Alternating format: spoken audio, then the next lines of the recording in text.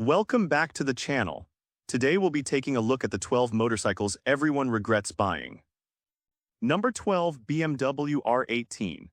The BMW R18 looks absolutely undeniable under showroom spotlights, but it remains one of the most heavily criticized premium cruisers on the modern market due to a fundamental, uncorrectable layout flaw. While the brand intended this beautifully finished machine to aggressively conquer the heavyweight cruiser segment, they committed a catastrophic engineering error with the cylinder placement. Because the massive cylinder heads protrude directly outward from the crankcase, they physically block the path for traditional forward highway controls. This design oversight forces you into a cramped, mid-control posture that places immense strain on your lower back and hips. The resentment surrounding the R18 is compounded by its awkward, highly top-heavy weight distribution and rapid market depreciation. Maneuvering this 800-pound machine through tight urban spaces or parking lot slaloms requires constant physical corrections to keep the massive frame from tipping over. The factory solo seat is widely despised for feeling like a flat wooden plank after less than 30 miles of continuous travel, leaving riders physically exhausted. Splurging on this heavy import results in a claustrophobic riding posture and an immediate wave of severe financial regret that completely ruins pride of ownership. Number 11, Suzuki Boulevard M109R. The Suzuki Boulevard M109R is currently experiencing a wave of intense consumer hostility, driven entirely by the brand's flagrant refusal to update a volatile, decades-old mechanical layout. The single most hated aspect of this massive muscle cruiser is its notorious reputation for catastrophic gearbox vulnerabilities.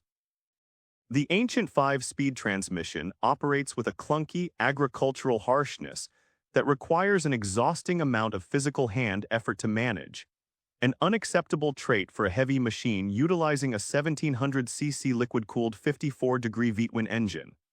Living with the M109R reveals a host of outdated chassis dynamics that modern power cruiser enthusiasts completely despise. The massive 240mm rear tire looks aggressive, but causes the bike to aggressively resist leaning into corners, requiring constant, exhausting physical countersteering inputs to keep it tracking safely through a simple bend. It completely lacks modern electronic safety nets like traction control or variable ride modes, making its intense torque output highly hazardous on wet pavement.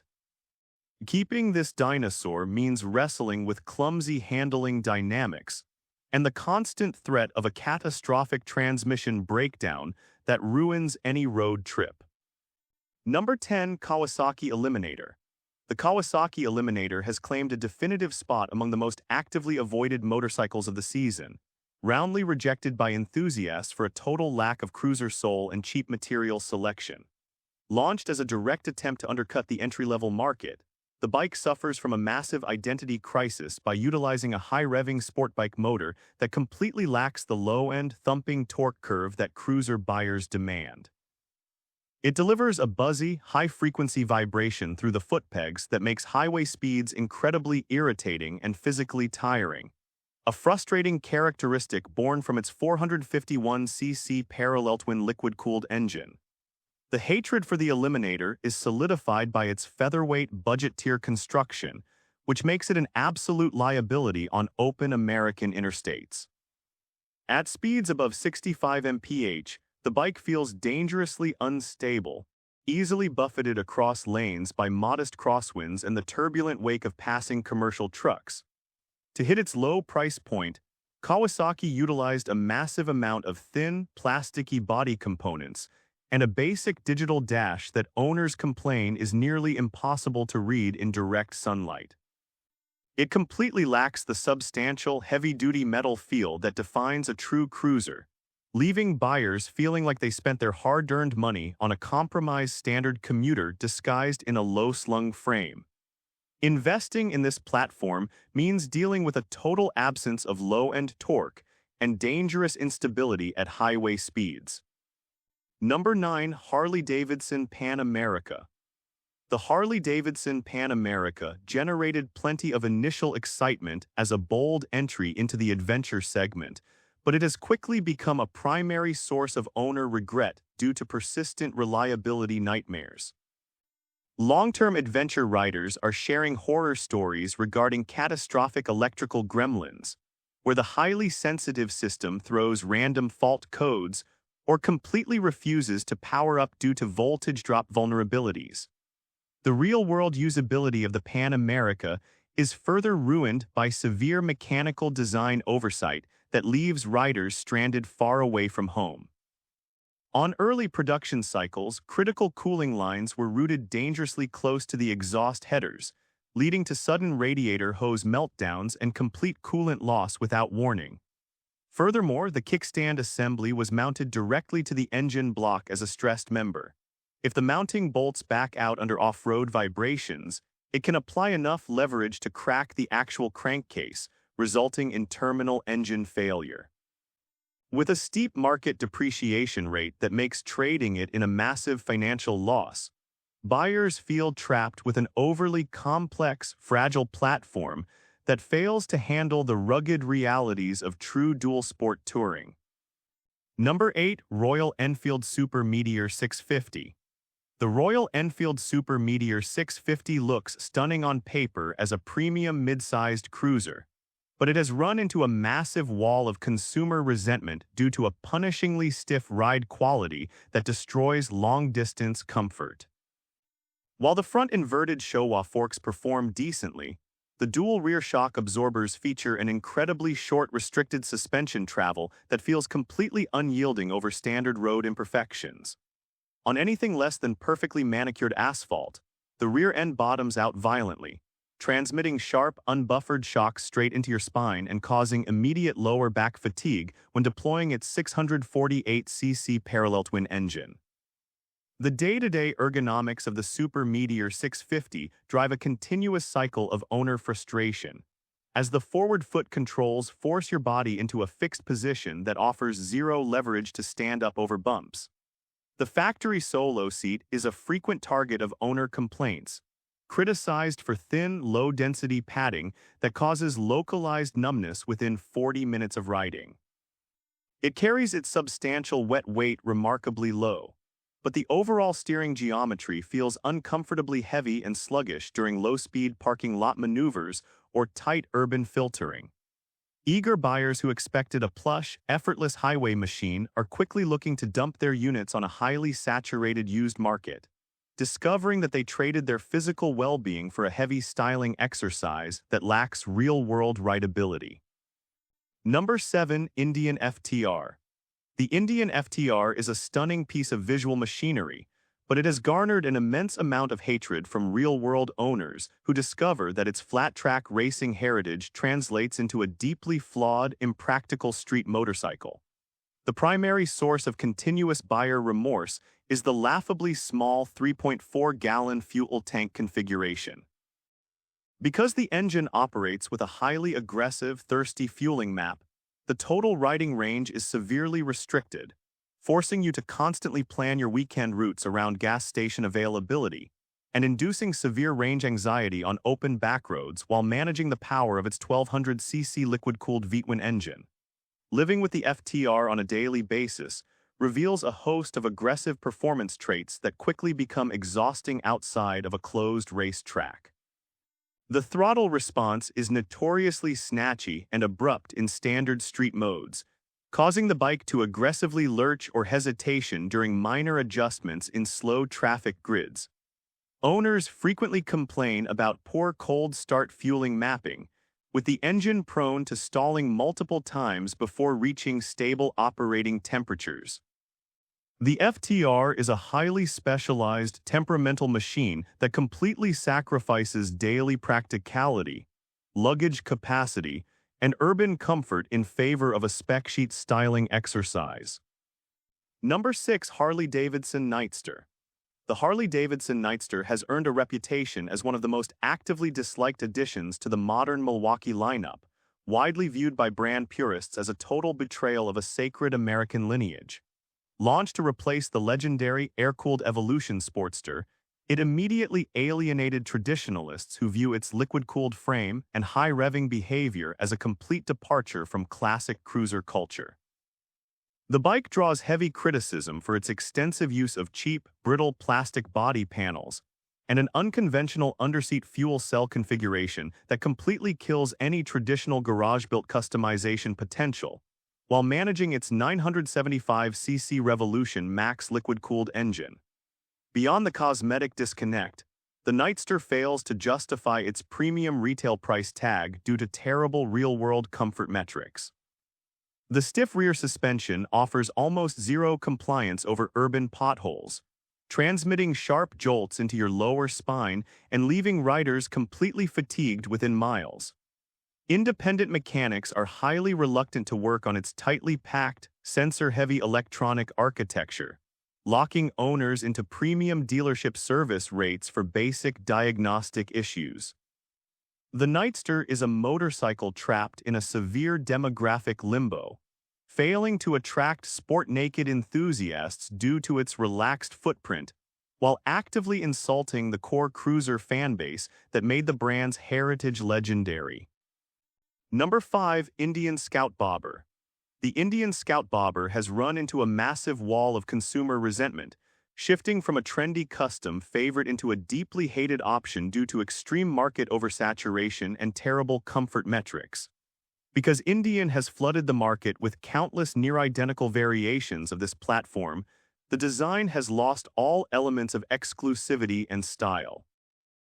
The primary source of physical hatred is the slammed rear suspension, which offers an unacceptable 2 inches of travel that transmits every pavement seam straight into your lower back, a flaw that completely ruins the delivery of its 1100cc liquid-cooled V-twin engine.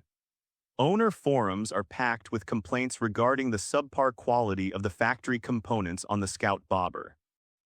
The stock solo seat is universally despised, described as feeling like a thin plastic panel that offers zero cushioning during rides longer than 20 minutes. With a highly saturated used market driving down resale values, owners feel stuck with an uncomfortable style-first machine that lacks the real-world refinement necessary for basic weekend touring. The Scout Bobber can no longer hide its punishing ride quality behind aggressive styling, leaving buyers frustrated by its severe lack of utility. Number 4. Triumph Rocket 3. The Triumph Rocket 3 generates plenty of initial excitement on paper, but it has garnered a massive amount of hatred from real-world owners who find its sheer excess to be an absolute nightmare to live with on a daily basis.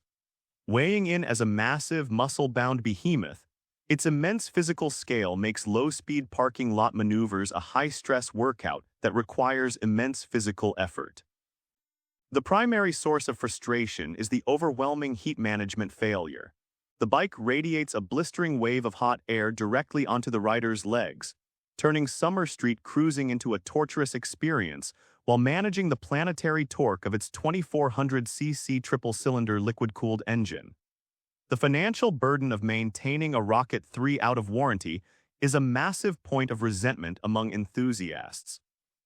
The chassis burns through expensive, proprietary rear tires at an alarming rate due to its extreme weight, while basic diagnostic checks require proprietary dealership software that commands top-tier labor rates. The Rocket 3 is a highly specialized land yacht that completely sacrifices daily practicality and cost efficiency in favor of a spec sheet numbers game, leaving owners stuck with massive maintenance bills and a level of operational heat that ruins the joy of riding. Number 3. Harley-Davidson Street 500. The Harley-Davidson Street 500 remains one of the most universally despised motorcycles to ever carry the Bar and Shield logo, widely viewed as a cynical cash grab. Originally built with low-cost components to serve as a disposable trainer for riding academies, its entry into the public retail market was met with immediate disdain. Owners quickly discover that the bike suffers from terrible build quality, featuring thin paint that flakes off the frame and cheap, brittle switchgear that breaks under normal use, entirely missing the mechanical majesty of its larger siblings despite utilizing a 494cc liquid-cooled Revolution X V-twin engine. The real-world usability of the Street 500 is a continuous source of frustration outside of a controlled training parking lot. The brakes are notoriously wooden, requiring a massive handful of lever pressure to achieve even modest stopping power, which is deeply unsettling for beginners. The ergonomics are similarly cramped and awkward for average-sized adults, forcing a knees-to-chest posture that causes hip cramping within miles. With a stagnant resale value and a lingering reputation as a cheap imitation, it is a machine that owners actively look to dump as quickly as possible, leaving riders completely underwhelmed and eager to escape a compromised package. Number 2. Indian Chief. The Indian Chief has drawn heavy fire from the cruiser community, primarily because it suffers from a severe identity crisis and ergonomics that make long rides a genuine chore. While it attempts to project a raw, stripped-back custom look, real-world owners are quick to point out that the bike feels like a disjointed collection of parts. On standard highways, this setup bottoms out constantly over minor road seams, transmitting sharp, unbuffered shocks directly into the rider's lower back while managing the power of its massive 1800cc Thunderstroke air-cooled V-twin engine. The frustration is further magnified by a notoriously glitchy tech layout.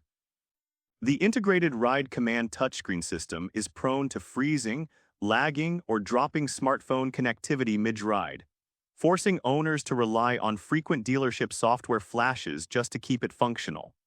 During summer commutes, the heat management is equally poor, with the rear cylinder throwing off a baking wave of warmth that turns stop-and-go traffic into a physical endurance test. With a cluttered handlebar wiring setup that completely ruins the clean look, buyers feel the bike fails to justify its premium price tag, making it a stiff, unyielding chassis that compromises comfort for a specific visual aesthetic. Number 1. Harley-Davidson Sportster S. The Harley-Davidson Sportster S claims the definitive top spot among the most actively regretted motorcycle purchases of the season, viewed by the riding community as a total engineering failure regarding basic human ergonomics and chassis compliance. For generations, the Sportster name stood for mechanical simplicity, raw metal construction, and infinite garage customization. The S model shatters that legacy by presenting a liquid-cooled computer on wheels that traditionalists find completely soulless and visually offensive, forcing a radical shift via its high-tech 1252cc Revolution Max 1250T liquid-cooled engine. The primary reason riders absolutely loathe the Sportster S is its brutal, punishing ride quality. With an absurdly short 2 inches of rear suspension travel, the chassis has virtually no ability to absorb road ruts, turning every pothole into a spine-jarring event that transmits sharp forces directly into your lower back. The ergonomics are widely criticized for creating an awkward clamshell posture, where the low handlebars and aggressive forward controls force the rider to fold uncomfortably over the tank, causing hip cramping within minutes. This muscle bike completely sacrifices rider comfort and historical soul in favor of a controversial styling exercise, ensuring owners quickly tire of its awkward dynamics. And with this, we have reached the end of this video. Make sure to like it and subscribe the channel for future upcoming videos.